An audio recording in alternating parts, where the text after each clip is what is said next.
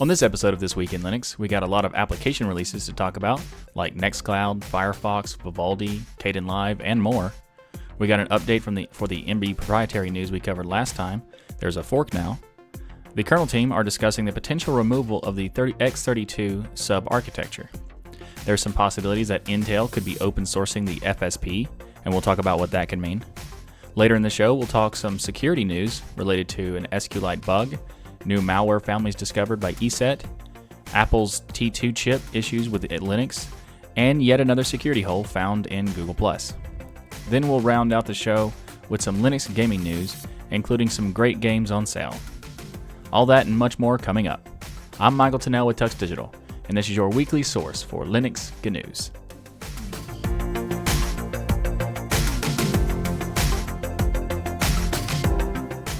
Before we get started, I just want to give you a reminder that the Linux is Everywhere shirt and merchandise is on sale right now for the holidays. You can use the coupon code LinuxMess for 20% off coupon. And just so you know that this is actually the standard shipping in order to get it by Christmas has already passed. So if you wanted to get it by Christmas, it would be rush delivery. But if you don't really care about when you get it, then the sale is still going on for this week and next week as well. And if you are interested, be sure to check it out by going to tuxdigital.com/LinuxIsEverywhere, or if you're in Europe, by going to tuxdigital.com/LinuxIsEverywhereEU for shipping inside of Europe. Up first in the show this week is Nextcloud 15 was released. Nextcloud has a lot of cool stuff that's coming in, but first I want to talk about the performance improvements that they had, and that is that the site is faster overall with uncached loads and cached loads, but the uncached has been massively improved from 15 seconds down to 5 seconds. The caching has been doubled in speed from 3 seconds to 1.5 seconds, so that's really good. But the best things that are coming are related to improvements to security, collaboration stuff, and social functionality inside of the system. So Nextcloud Social adds the ability to use ActivityPub. And if you're not aware, ActivityPub is basically a protocol and a foundational structure that runs a lot of the open source social network sites. So like Diaspora, Mastodon, PeerTube, Friendica, and many more are using the ActivityPub as a function, as the function to do all the Fediverse stuff. So like the federated instances and things like that. So if you are using ActivityPub, you can actually interact with one network to another. So for example, with Mastodon, you can subscribe to PeerTube instances or PeerTube channels. So anytime someone posts on PeerTube, you also get updated as like a notification or status update through Mastodon. So in this case, Nextcloud is adding the ability to utilize ActivityPub directly in the Nextcloud app, and that way you could, for example, post to Mastodon from Nextcloud and various other things like that. Potentially, this could be massive because depending on how they implement this, it could be like very good for the networks as well as Nextcloud. So for example, with the networks, Diaspora is a very good example in the sense that it doesn't have any scheduling ability and it doesn't have any ability to automatically post from other things. There are some people who are doing like services that kind of do it, but not really. Doesn't really work that well. But overall, this would be great if they were to do that, because if Nextcloud were to make it like it's a single hub that you could push out your toot, it's Mastodon calls it that, yes, and your post on Diaspora and every places like that, it would be really cool because it'd be very efficient and just overall a better experience. Now, another thing that they did was adding some improvements to the security in the sense that they have now made it possible for administrators to control and even enforce two-factor authentication on a global case or in a group by group case. So, for example, if you're a company and use Nextcloud for your infrastructure, you can actually force all of your employees that have access to your Nextcloud to use two-factor authentication before they can actually use it, which is really cool. And they've also added some one-time codes structure so that a sysadmin could create codes for people and they could use it that one time, and you don't have to worry about them losing the password or whatever, because you can just reset the code, and then when they need to use it, you can do that way. So it's giving a lot more security and authentication control. That's awesome. But what's really, really cool, and I'm so excited, and I was waiting for it for a very long time, and that is support for Collabora Online. Now, if you're not aware, Collabora Online is made by the Collabora team who work on LibreOffice. So essentially, it is LibreOffice in the form of like a Google Docs. So you know how Google Docs, where everybody can work together on the same document at the same time in real time. Collabora Online does that as well through the LibreOffice structure project. Very awesome. They've also made it where you can do like document revision, so it's like a history structure. So if something changes, you can go back and see what the changes are. You can even have chat during the editing sessions, as well as easier sharing and even commenting on the document. So instead of like changing the document, you can make a comment like on the side in a sidebar about a particular section of the document, so you can have a conversation there. So that's very cool. They've also made some updates to the mobile applications and many more things. So if you want to check out Nextcloud 15, I have a link in the show notes. Now, it is a slightly little bit complicated right now to get an upgrading to use this version because it's still rolling out to various different like platforms and various different distribution methods, but it should be pretty soon, available pretty soon. So I'll have a link to the blog post on Nextcloud's website in the link in the show notes. Up next in the show is the release of Firefox 64. Firefox 64 has a lot of cool features, and I'm a big fan of Firefox. If you haven't seen previous episodes about it, I'm a very big fan. I use it as my daily driver all the time, and for years, maybe actually like over a decade, I don't know. But every time there's a new release lately, there's been a lot of cool features being added, and this is no exception. Now, there's not these huge like features for everybody, like the container tabs, which was amazing for everybody, but there are really good things for developers in this one, as well as there are some cool things in general. But first of all, they've added a multi-tab selection feature where you can, you can hold control. You just hold control or command on Mac, but we don't care about them. So you hit control, hold control, then you click on a tab, and you can click on another tab and select those tabs, which would make it possible to easily take multiple tabs and move them to a different window, or move them to like your bookmarks. Like if you have your bookmark sidebar, you can open that, then select these tabs, and then drag them into the bookmark sidebar, and then bam, you got them all really quickly. That's very cool. So that's a nice feature. It's a nice workflow feature I like. They also added an accessibility inspector, which if you're using like developer tools and things like that, it makes it easier to see, like to display the contrast ratios for text, and that's pretty good.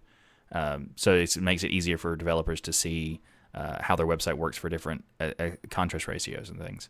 They've also done a lot of cool stuff for the CSS. Now, one of the things they did was interesting, and that is to remove their own custom proprietary values. I mean, it's not proprietary because it's open source code, but it's called proprietary in this case because it's like your CSS code specifically has like dash or tac moz tac then whatever the actual CSS selector is.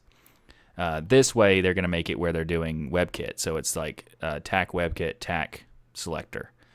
This is actually pretty cool because it means that a lot of people who are already using the WebKit approach for their designs will make it automatically work with Firefox as well. That's very nice. So it makes it a lot more like standardizing the code, which would be much better in a lot of ways for developers as well as users, because it'll be more like the transition from the code from Chrome or Safari or whatever to Firefox will be a lot easier and a lot more seamless, which is very nice.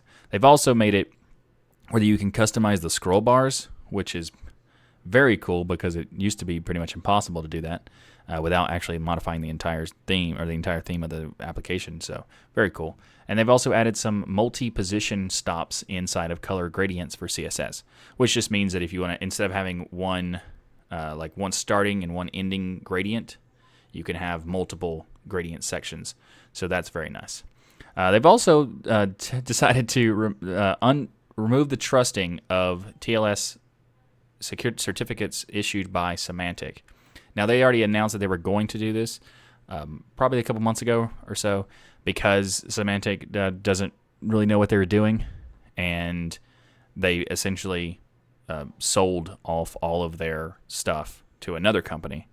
DigiCert, I think, is who took over But basically, Symantec is known for being like a antivirus security company who completely butchered SSL certificates and TLS certificates. So it's really good that it's now, it's getting a full push of getting rid of those certificates because, yeah, they were not very good. Anyway, moving on, Firefox 64 also has decided to basically just improve like a bunch of bug fixes and performance issues so that they've improved it. I couldn't find the actual percentage structure, but they did say that it's like heavily improved the performance. So if you think that Mozilla Firefox has been like sluggish for you, it might be a good option to try out 64. So anyway, if you want to find out more, you can go to Firefox 64 blog post with a link in the show notes. Up next in the show is Vivaldi 2.2. It's been released. And Vivaldi 2.2 adds a lot of cool features, including a saved sessions or a tab sessions system, allowing you to save a group of tabs that you want to reopen later. They already had a tab system section where you could bring back tabs, but the way that it was doing is more like in hibernation mode, so you'd have to manually do it in some cases, or like you couldn't like specify, I only want this one section to come back and I don't want this other section. This allows you to do, make more control over that. Another thing that they did was to add a pop-out video, which makes it so that you can watch typically HTML5 videos. I think it might support others, but it's so far I could only find out talking about HTML5 videos. But it allows you to put it in a floating pop-up window, so it's not really like a separate window. It's like a built into the main interface, allowing you to watch a video while you also do other things on other websites. So it's like a picture-in-picture mode kind of thing. It's a little interesting. There are other there's add-ons for Firefox and Chrome that can do that, but this is interesting that they built it right into Vivaldi. So another thing they did was set up that access keys let you access important functionality of a web page with the keyboard shortcuts. So for example, you can set up Wikipedia quick commands. So when you're viewing an article, you can reveal a list of the access keys by doing a shortcut.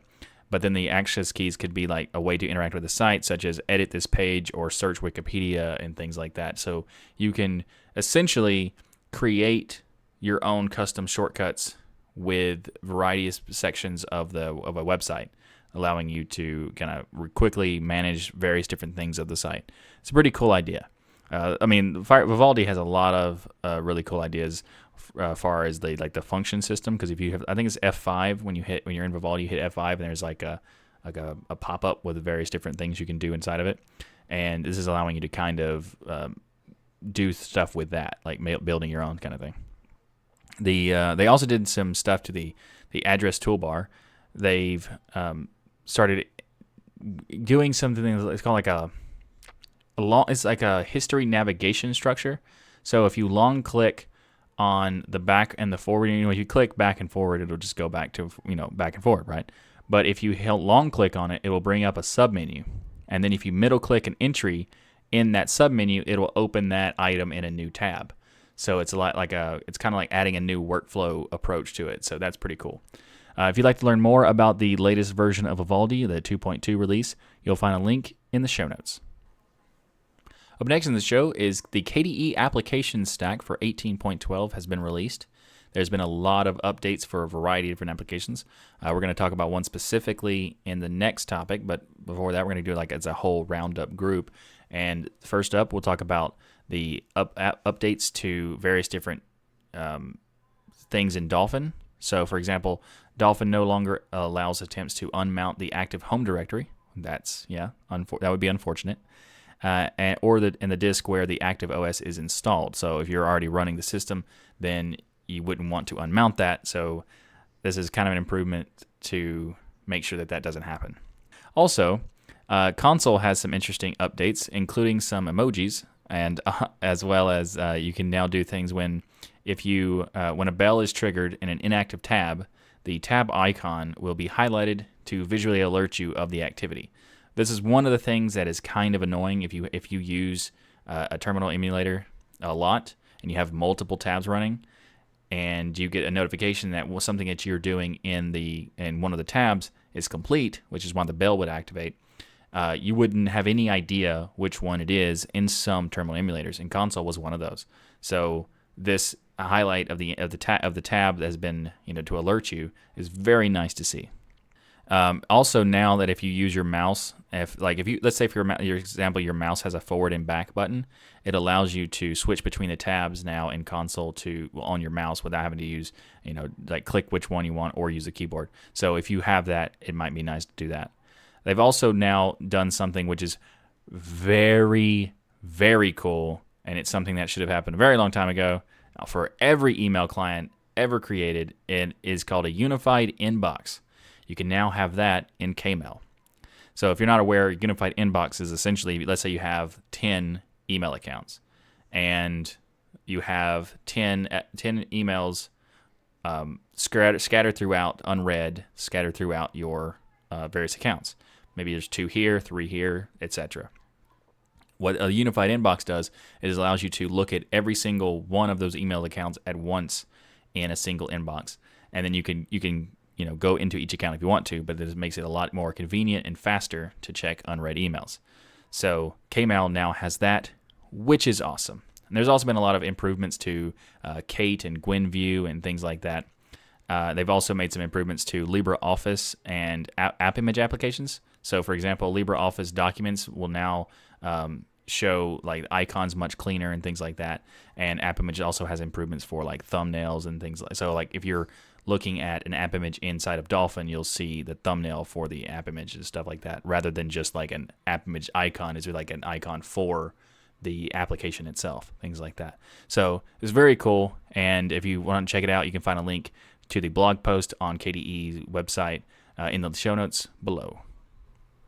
Up next on the show is Kdenlive 18.12 has a new release, and also they have some more news about their refactorings, all their development that they're doing for that. Unfortunately, they have decided to push back the release for the refactoring to the 1904 release of Kdenlive, but the 1812 release of Kdenlive has a lot of bug fixes and maintenance improvements, so it's a lot more stable and also more efficient. But it's still just like iterative improvements to the previous version. Most of their development is going towards that refactoring approach, but they did give us a lot of cool information about the new refactoring version that they're working on. One of the things that they're doing is that they have now a nightly build system so that you can try the latest features really quickly. Among the highlights of the releases for the refactoring are the adding of parallel processing feature for the render speed improvements. They've added hardware acceleration for proxy clip creation.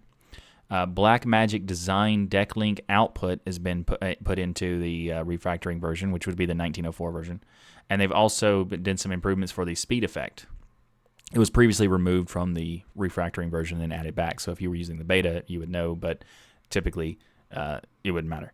But anyway, they've also made it some keyframe improvements as well as timeline clip keyframeable GUI, which is very cool because it allows you a lot more power to manipulate things on the timeline. But one of the things that's really nice to see is that there's a big new design structure being done for the overall look of Kdenlive. So I'll have a link in the show notes both to the blog post as well as to the discussion about the design concepts. But they're talking about redesigning the layout and the visuals of Kdenlive to be more efficient as far as space usage, as well as being able to easily identify various different things. So for example, an audio clip and a video clip are very similar to each other. But if you were to change the colors like they're suggesting, it would make it much more quickly obvious like what it is. Because like with a video, you'll have a waveform on the video. So if you have a waveform on the video and an audio clip, they kind of look similar depending if you see the thumbnails or not. But like if you have a very long one in the middle, you might not see that. It kind of looks the same. But this way, they're talking about doing it so that you have different colors for every different type of feature. So if you have a title clip, which is the text like overlaying, an image, a video, an audio file, a color image, things like that, or a color clip essentially, and everything else would be specifically color coded to make it a lot easier and quickly to navigate and how you use the timeline and stuff. So that's a very cool concept. I think that the audio shouldn't be red because that kind of indicates like a negative thing in a lot of ways. But you know, I don't care really. It looks good, so I'm happy for that. So I'm glad that they're improving all these things, and the refactoring for the rendering speed and the hardware acceleration and all that stuff. Very, very cool, and I can't wait for it. So hopefully that it doesn't push back again. 1904 is the one that comes out with it, so I look forward to it anyway.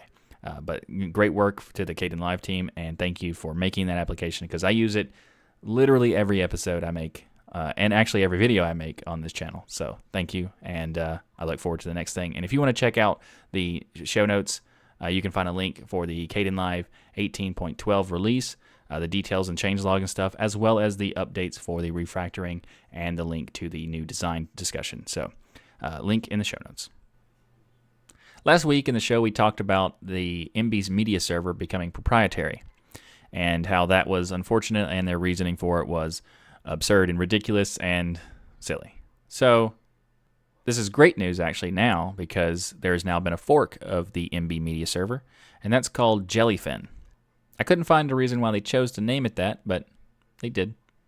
So moving on from that, they have forked the latest version of like 3.6, the 3.5, I think actually, the Emby server, so that these, like you could still have the latest version of Emby and still have all the functionality of Emby, but not having to worry about whether it's going to go proprietary again or whatever. Because they essentially, we talked about it last week, but Emby decided that they can't make money for some reason with open source, even though there are, hundreds and maybe even thousands of companies. I'm not, I haven't really actually counted them, but that do that all the time. And also many different projects that have an open source approach, but also at the same time have premium services that still may make money as well. Anyway, Emby's ridiculous, but thank you for Jellyfin to fork it, because they're now they're actually say they're going to make a lot of work on improving all the things they didn't like about it. They're getting rid of the nagware stuff and various different things. So it's very cool. They've also, so far, I think they've actually had a release, like their first release already. I couldn't find it on their GitHub, but I'm pretty sure they have already done that. And they did say that they're having it available already for Docker, Arch, and Debian packages. So very cool. And they've even made a migration guide, so if you want to go from Emby to Jellyfin, you can just follow their guide to quickly switch away. So very nice, and thanks for making the fork of a potentially good server that could have been good, but they ruined it, and now making it actually good. So great. Anyway, if you're going to find out more, and if you want to check out Jellyfin, you can find a link in the show notes. Up next in the show is the potential removal of the x32 subarchitecture from the Linux kernel. Now, this is also, to be clear, this is not about 32-bit architecture. This is about a subarchitecture. So this was related to running or using 32-bit pointers and arithmetic and stuff like that on top of a 64-bit mode. So the idea is to get the advantages of the 64-bit without the extra memory usage that goes along with it by using this 32-bit like layer type. So just to be clear, it's not 32-bit architecture, but they are actually talking about how they're not really sure how many people use it, so, or if it has any users at all. So they're doing this to kind of test to see, how many people use it, and to find out if it's worth continuing to maintain. So on the mailing list, Andy says he's proposing it by saying that we make config x86 x32 depend on broken, which is like a classification for a release or two, and then remove all the code if no one complains. If anyone wants to add it or re-add it back, then they're welcome to do so, but they need to do it in a way that's maintainable. So they want to see if anybody actually cares, and if they don't, they'll get rid of it. So Linus said that he's not opposed to sunsetting it, so but he wants to make sure that there's, to gauge the reactions to see if anybody uses it and be bothered and complain about it. I just wanted to cover it because there might be some misinformation about people misclassifying it as 32-bit, but rather it's a 32-bit structure sitting on top of 64-bit. So I just want to make that clear. That's why I put it in the show. If you want to learn more about this particular thing, you can go to check out the link in the show notes below. Up next in the show is their potential to be, actually kind of a likelihood, based on the report from Phoronix, that Intel would be open sourcing their FSP, or their firmware support package. And this is really interesting because there was actually like a webinar conference type thing that Intel did, doing presentations about Intel, and in that one of the presentations was Raja, I think I said his name right, and he did a presentation talking about various different things about Intel, talking about that like over 15,000 people work on software at Intel, and that they've been overseeing over 35 Linux distributions. They didn't really list all of them, but definitely the most notable of those distributions is the Clear Linux, because it's been featured in a lot of performance benchmarks and things like that. They've also been doing stuff like on the mobile side, but not recently. Like MeeGo, I'm pretty sure MeeGo's been deprecated, but they used to work on MeeGo and a variety of other things. They didn't give a full list, but it's still, 35 is a lot more than I thought they did. But anyway. But the cool thing about this is that they're suggesting that the firmware support package from Intel would be open sourced. Now, this is the FSP is for initializing the Intel Silicon, which right now it's a binary blob, so it's used to initialize the hardware, and it's a proprietary binary blob. But what it does is that it allows you to initialize like the CPU, the memory controller, the chipset, and all kinds of other stuff. So making this open source could be pretty big news for things like Coreboot and LibreBoot and things like that, because and also just in general, because it allows the system to be more not dependent on the binary blob, and it also makes it more learn more about documentation for the variety of ways to implement the improvements in performance of it, as well as security to make sure that the things are utilizing it can be improved, and they can find bugs and things like that. So it's very, very cool. It has a potential huge impact if they do it, and they did say that he did say that they're working on doing that, but they don't really give any kind of like suggestion as to when. So they did kind of say that maybe in the beginning of 2019. So that's way more than I would have expected. I would have said to them, say, yeah, we're working on it, and 4 years from now, it might happen. But at this point, it might happen within the first quarter of the year. So that's pretty interesting.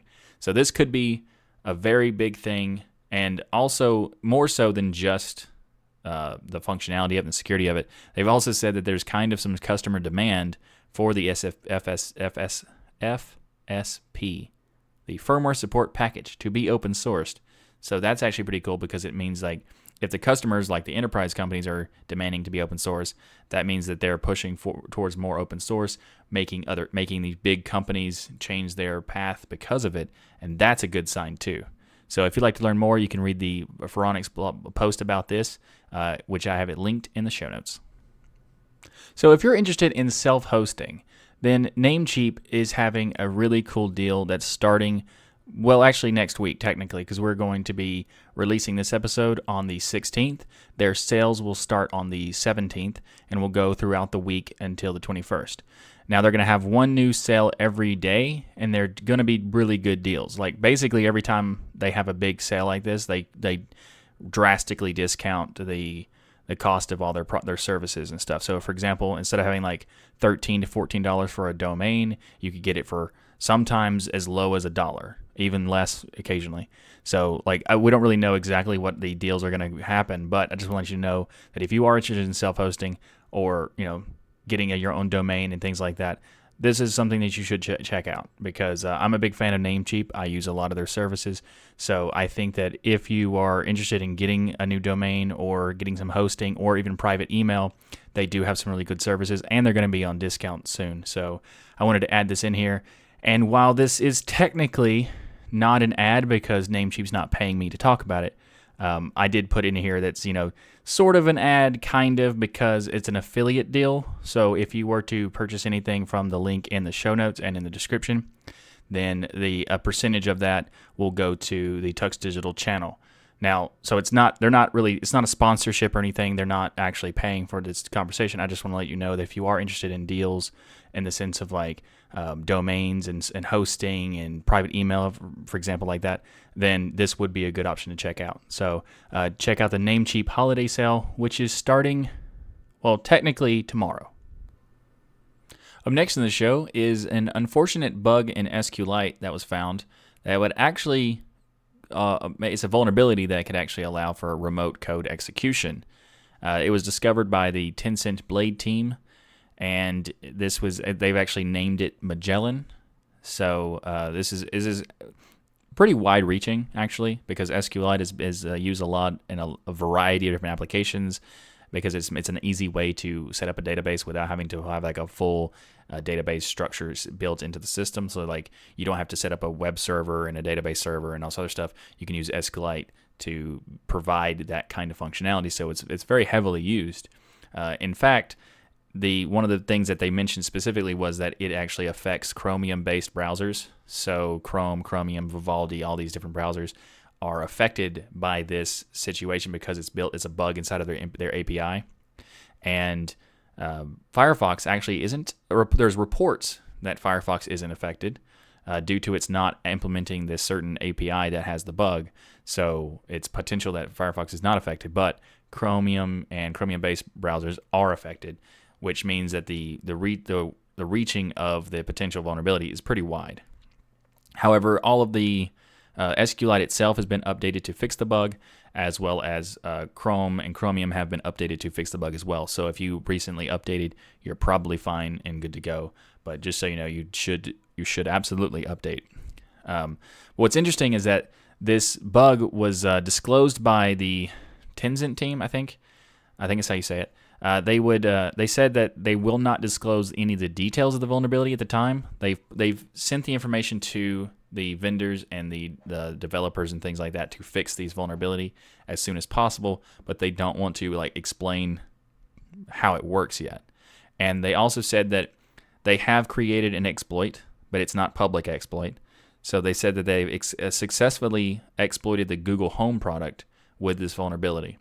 So it is definitely a potentially bad thing because of how wide that SQLite is, but because it's very new and because the exploit is not like explained yet, there's probably not anyone in the wild that has been affected by it, but it does have potential that it could be. So if you are using anything that's like Google Home or anything like that, or you're using Chromium and stuff like that, you should definitely update. Well, actually, you should just update most of the time your software anyway, because typically that's what they're for, is to fix bugs and to fix security holes and things like that. So anyway, if you want to learn more about this, which will be linked in the show notes.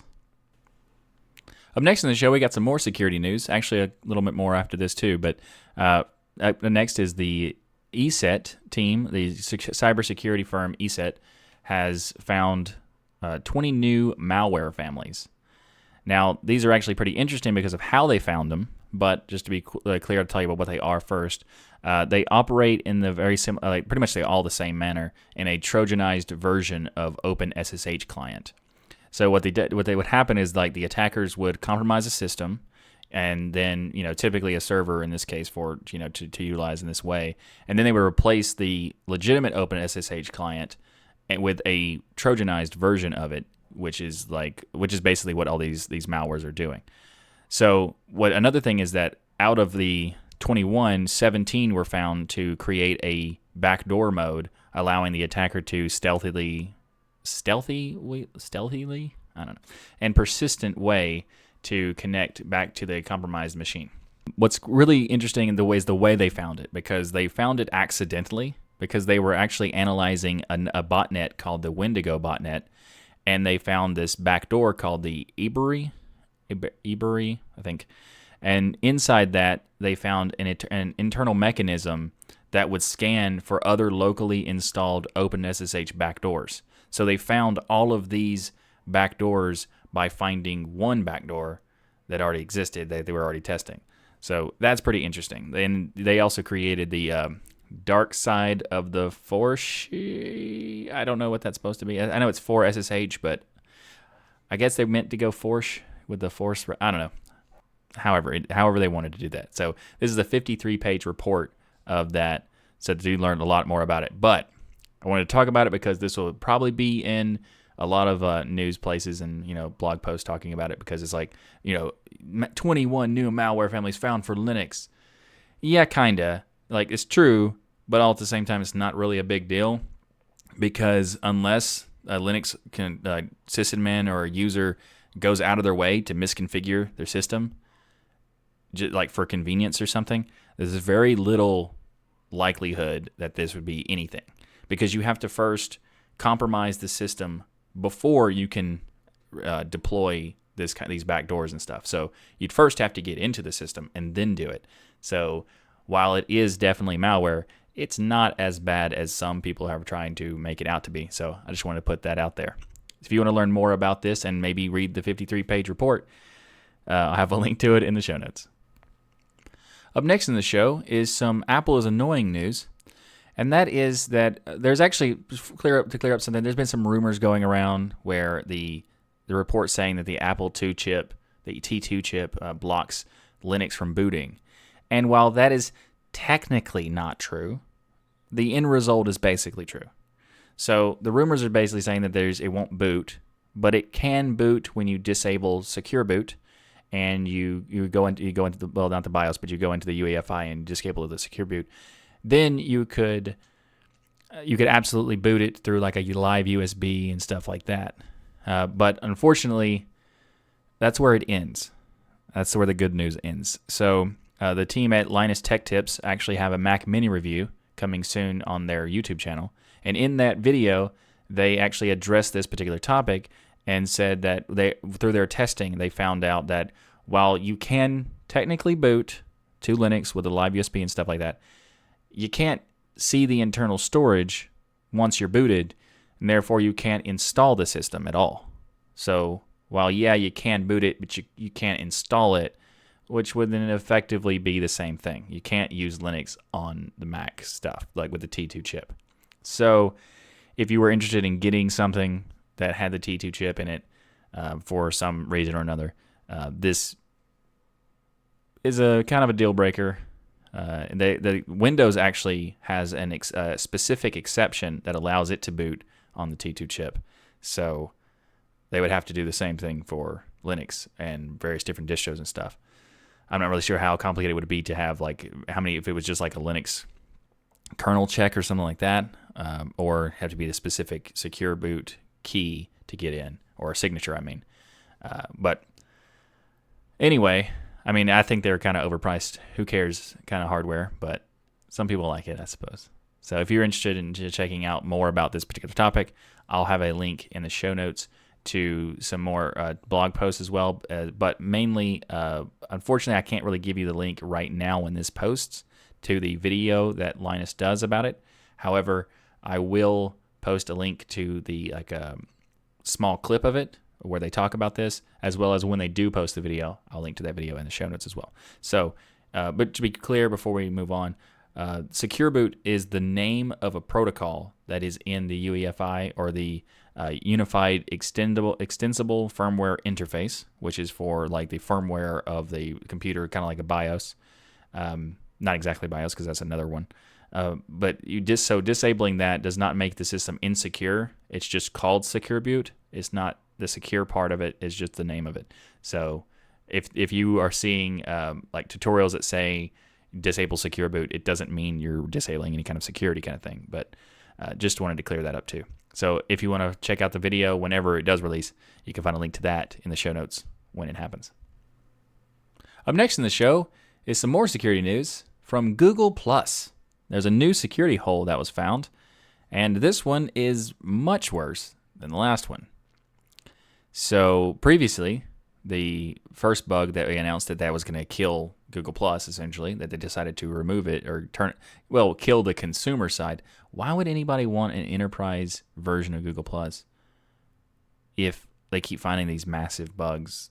Like, that's a weird way to give incentive to people for consumer. Anyway, so 500,000 people were affected by the previous bug. This time, it's 52.5 million users that were potentially affected. Now, we don't know exactly how many people were absolutely affected or whatever. It's just like this is the amount of people who could have been affected. And the bug is in the API, and in this bug, it's you can get information from like certain developers who have access to certain parts of the API could get access to your name, your profile URL, your photo, your birthday, your gender, relationship status, and a short biography that you like, the short bio if you fill that out. So like not all of this stuff, but the name, birthday, that kind of thing could be, used in other ways with some more information. It could be a negative thing. So while they say no third party compromised our systems and we have no evidence that the developers who inadvertently had access for 6 days were aware of it or misused it in any way. So they are saying that they don't have any evidence that that anything was bad, but they don't really know. But they did decide, because it was bad enough, apparently, that they're going to shut down Google Plus APIs within the next 90 days. So that also means they're going to increase the speed of when they're going to get rid of Google Plus Consumer completely. And instead of August 2019 like they originally planned, now they're going to do it in April 2019. So apparently it was bad enough for them to do that, I guess. Or they're using it as an excuse to get rid of it quicker. I just thought it was interesting to be like the point of like, you remember that one time that was bad? It's 100 times worse this time. Anyway, so if you want to learn more about this, I'll have a link to the Google Plus blog post about it in the show notes. Up next in the show, Discord has announced that their store is going to be competing with the revenue split announcement that Epic Games announced. So Epic Games said that they're going to do an 88%, 12%. So 88% goes to the developers and 12% goes to them. Discord has now decided that they're going to do a 90-10 split for the revenue. So 90% will go to developers and 10% will go to the platform. Now, I know some people may be thinking, wait, Discord has a store? And yes, they do. Now, I've never talked about the Discord store before on the show because, well, it doesn't support Linux right now. It's a Windows-only thing. However, there was a discussion on Reddit where one of the team members of Discord stated that everything they've built for the store actually works great on macOS and Linux. So, and a lot of their developers use both platforms internally. So they wanted to, first, focus on Windows because that's their biggest market. Then they wanted to branch out. So they said that we're definitely bringing it to they say we'll be bringing definitely bring things to all platforms. Probably not all platforms, but most. So it is likely that they will be supporting Linux. They haven't said really anytime soon or any estimate whatsoever. But it is nice to say that we do finally have a notification from them saying that they will do it. What's interesting is that Epic Games is just speculation. They said that they're going to support other platforms, but we don't really know what they're going to support. So it might support it, might not. But Discord did say that they're going to. And also for some people, yes, there's a Discord store. If you're interested in learning more, I'll have a link in the show notes for this announcement. Up next in the show is the new update for Ballistic Overkill. If you're not aware, Ballistic Overkill is a game I'm a big fan of. I've been playing it for quite a while, and we often play it with the other hosts of Destination Linux. Specifically, Ryan is most of the time the one who plays with me, but we do also have a community thing where people can join and play Ballistic Overkill. We've taken over servers with all Linux users and everything. So it's a really cool game, and if you are interested in it, it's currently on sale. So you could get it for $6 US if you are interested. But what I want to talk about is the newest update. It's called the Juggernaut mode. And this is a really fun and kind of ridiculous mode. So what happens is that you start the game or match, and then there's a golden chainsaw that's somewhere in the middle of the map. So everybody chases to get it. And essentially, once someone picks up that gun, they become the Juggernaut, which is a special class that increases your health ridiculous. By default, your health as a character is no more than 300 XP health. When you become the Juggernaut, you get 4,000 XP health, and you get this ridiculously massive gun. And the longer you are the Juggernaut, the more points you get, and the more kills you get, the more points you get, and things like that. So it's a really interesting game mode because it's a very unique game mode. And I've actually played it yesterday, and it was really, really fun. I didn't get a chance to be the Juggernaut that much because turns out you have to be pretty good at shooting games in order to be the Juggernaut, which I am not. I'm not horrible, but I'm not very good either. So I got it a couple times, and that's about it. But it was a really fun game mode, and if they were to make it a little bit more well-rounded, because they could tweak it a little bit, it'd be even better. But overall, it's a great addition to the game, and I look forward to playing it again soon. And if you would like to join us in the games, you could actually join us in the Destination Linux Discord server or the TuxDigital Discord server by going to tuxdigital.com/discord or destinationlinux.org/discord. And then you can hook up with us and we can play there, and you can try out the Juggernaut mode for yourself. If you'd like to learn more about this and maybe potentially purchase the game, I'll have a link to the Humble store for the game, which will have an affiliate link attached to it.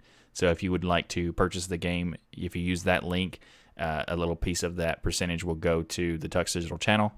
And I also have a link to the Steam page if you want to buy it there too. But if you buy it from Humble, you will be able to redeem it on Steam. So either way. Anyway, if you want to find out more, I'll have a link in the show notes.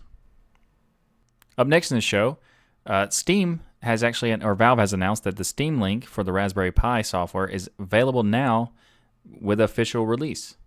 So we talked about it, just a couple episodes ago. Actually, I think it was last week, where we talked about the very short beta that they apparently have done, because we talked about, hey, it's on a beta, we don't know how long it's going to be, and then within a week, it's now officially released. So there you go. So if you want to, you can try out the Steam Link app for Raspberry Pi. It supports the Raspberry Pi 3 and the 3B Plus.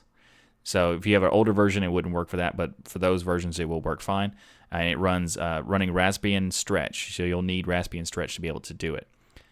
What's really interesting is that they made it really simple to install now. So if you want to do it, you just do sudo apt update, sudo apt install Steam Link, and that's it. So it's very cool. So if you're interested in checking it out, you should do so, because one of the things I found out recently is that not only does it allow you to like stream your favorite games from your computer to your TV and stuff like that, it also makes it possible where you can spectate VR games. So when someone's playing a VR game, you can actually watch what they're doing on your screen via the Steam Link with the Pi. So that's pretty cool. If you want to check out the link in the show notes to get to the announcement, as well as the documentation how to install it is basically pretty simple, but I have a link to that anyway as well. So you can check out the show notes for more. And finally, for this week, we have some sales going on for Linux gaming from the Humble store and from GOG, which I think doesn't stand for anything anymore, but it used to stand for Good Old Games. But anyway, these games are a lot of cool stuff that's on sale right now. So with the Humble store, you can get Mad Max for 75% off, Bastion for 75% off, Middle Earth Shadow of Mordor for 50% off, and Limbo is 80% off. This War of Mine is 70%. There's lots of cool games. Like Mad Max is pretty cool. Limbo is a very cool indie game, and this War of Mine is also a very cool indie game from the perspective of someone who's in a war but not battling in it. They're just like surviving through it. It's a pretty cool idea. So that's all available on the Humble store. Also on the Good Old Games, or GOG, they have another store with another sale for winter sale for you can get The Witcher 2 for 85% off, Hollow Knight for 34% off, and Kerbal Space Program for 60% off. There's a lot of other games available on both stores that have support for Linux and are heavily discounted. So if you are interested in getting some more games, you should definitely check the links below for getting these sales. Now, before we end this topic, I wanted to be clear: the Humble store link in the show notes is a link, is an affiliate link. So a percentage of the sales that you buy from that link for Humble store will go to TuxDigital. However, there is no affiliate link for the GOG. So if you want to buy something from GOG, that's just a regular link. So I just want to make that clear before I forget. If you're interested in finding out some more about what games you can buy from these platforms, I'll have a link in the show notes to both these particular sales, as well as the links to the Linux tuxdigital.com/games on sale. If you go there, it will give you direct links to the various different stores and automatically have the Linux games selected, as well as games that are on discount. So if you go to the Humble store, so tuxdigital.com/humble sale, if you go there, it will go directly to the games that are on sale right now for that's specifically for the Linux platform. So it basically just makes it a quick, easy access to get to these stores and already have it set up for Linux games in general. So again, if you want to check it out, I have a link in the show notes. Thanks for watching this episode of This Week in Linux. If you like what I do here on this show, please like that smash button and be sure to subscribe. If you'd like to support the TuxDigital channel, we have multiple ways to contribute via PayPal, Patreon, and many more. You can learn more by going to tuxdigital.com/contribute. Or you can order the Linux is Everywhere t-shirt by going to tuxdigital.com/Linux is Everywhere. Or if you're in Europe, you can go to /Linux is Everywhere EU for shipping inside of Europe. And also remember the Linuxmas coupon code for 20% off. We also have ways to contribute without any cost to you by using our affiliate links. You can find links for places like Amazon, Private Internet Access, Namecheap, and more by going to tuxdigital.com/affiliates. If you'd like to submit some GNUs to the show, then visit the subreddit by going to thisweekinlinux.reddit.com. If you'd like some more podcasting goodness from me, then check out the latest episode of Destination Linux, as I'm a co-host of that show. And as a special note, the Destination Linux episode that is the latest, or actually not technically the latest right now, that's 99.99, which is it's a kind of a jokey announcement you might want to check out. But the announcement is for episode 100, which is coming out on Wednesday of this coming week. So you should definitely check that out because it's going to be worth watching. And also, just as a reminder, this show is live, usually every Saturday. So join us in the live chat room to discuss all the latest Linux news each week. Thanks again for watching. I'm Michael Tennell with TuxDigital. And as always, keep using, learning, and enjoying Linux.